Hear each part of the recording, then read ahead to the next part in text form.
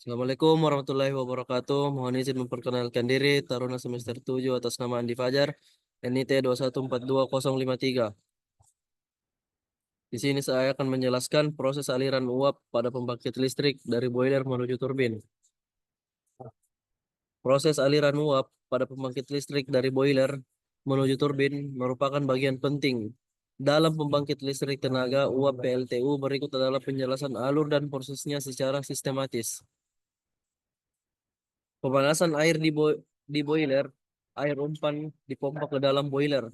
Di dalam boiler, air tersebut dipanaskan menggunakan bahan bakar, batu bara, minyak gas, alam atau biomasa, hingga mencapai titik didih dan berubah menjadi uap bertekanan tinggi dan suhu tinggi. Dua, uap menuju turbin uap. Uap superheat dari boiler mengalir melalui pipa-pipa uap utama menuju turbin uap. Aliran uap ini dikendalikan oleh katup utama main steam valve untuk menjaga tekanan dan volume sesuai kebutuhan turbin. Yang ketiga, pemanfaatan uap di turbin. Uap bertekanan tinggi tersebut masuk ke tahapan turbin. Biasanya turbin tekanan tinggi, tekanan menengah, tekanan rendah. Di dalam turbin, energi panas dan tekanan uap diubah menjadi kinetik untuk memutar poros turbin. 4. Penggerak generator. Poros turbin yang berputar ini langsung terhubung dengan generator. Putaran poros menghasilkan energi listrik melalui induksi elektromagnetik di dalam generator. Yang kelima, proses yang terjadi tersebut uap di uap sisa ditingkatkan efisiensinya, yaitu proses kondensasi. Uap bekas dari turbin yang sudah kehilangan energi masuk ke kondensor. Di kondensor, uap didinginkan dan dikondensasikan kembali menjadi air kondensat menggunakan air laut atau air sungai sebagai pendingin.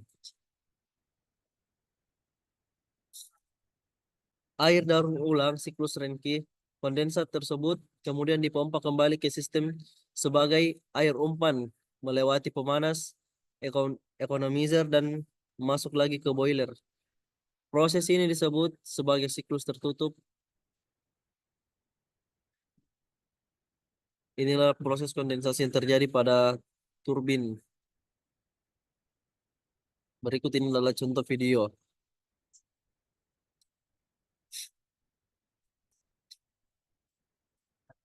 Pembentukan uap di boiler adalah alat utama untuk mengubah air menjadi uap bertekanan tinggi. Air yang dipompa ke dalam boiler tersebut yang disebut air feed water. Di dalam boiler, air dipanaskan dengan pembakaran bahan bakar seperti batu bara, minyak, atau gas. Air akan berubah menjadi uap, lalu dipanaskan lagi hingga menjadi uap kering bertekanan tinggi.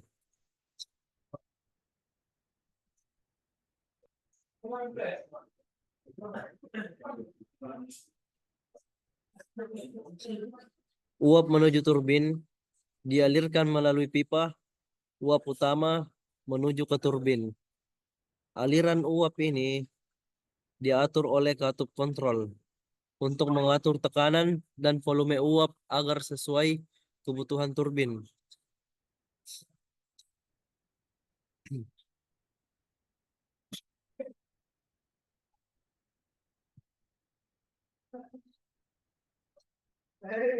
Bikin video apa bro? Oke, Yudi aku suruh. Proses di dalam turbin uap. Turbin terdiri dari beberapa tahap. Turbin tekanan tinggi high pressure, turbin tekanan menengah, turbin tekanan rendah low pressure. Uap bertekanan tinggi masuk ke turbin HP dan memutar bila-bila turbin.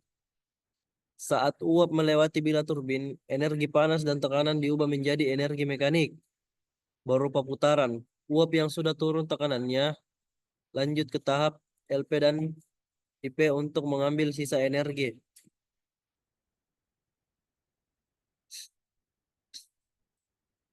Proses turbin tersambung langsung dengan poros generator. Ketika turbin berputar, generator pun ikut berputar dan menghasilkan energi listrik melalui proses induksi elektromagnetik.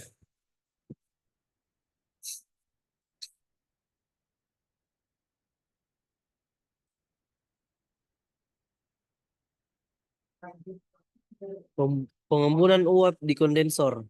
Setelah melewati turbin LP, uap masih memiliki energi, tapi tidak cukup untuk melakukan kerja. Uap ini masuk ke kondensor, di mana uap didinginkan dan kembali menjadi air.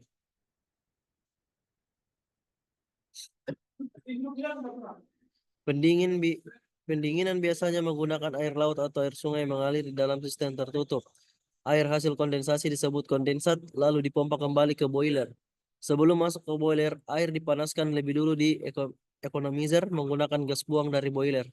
Air kemudian masuk kembali ke boiler dan proses berulang terus-menerus. Ini disebut siklus Rankine, yaitu siklus termodinamika yang umum digunakan pada PLTU. Tujuan sistem ini mengubah energi panas dari pembakaran menjadi energi mekanik, lalu menjadi energi listrik secara efisien dan berkelanjutan. Demikian yang dapat saya sampaikan.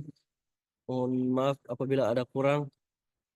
Sekian dari saya. Wabillahi taufiq wa hidayah. Assalamualaikum warahmatullahi wabarakatuh.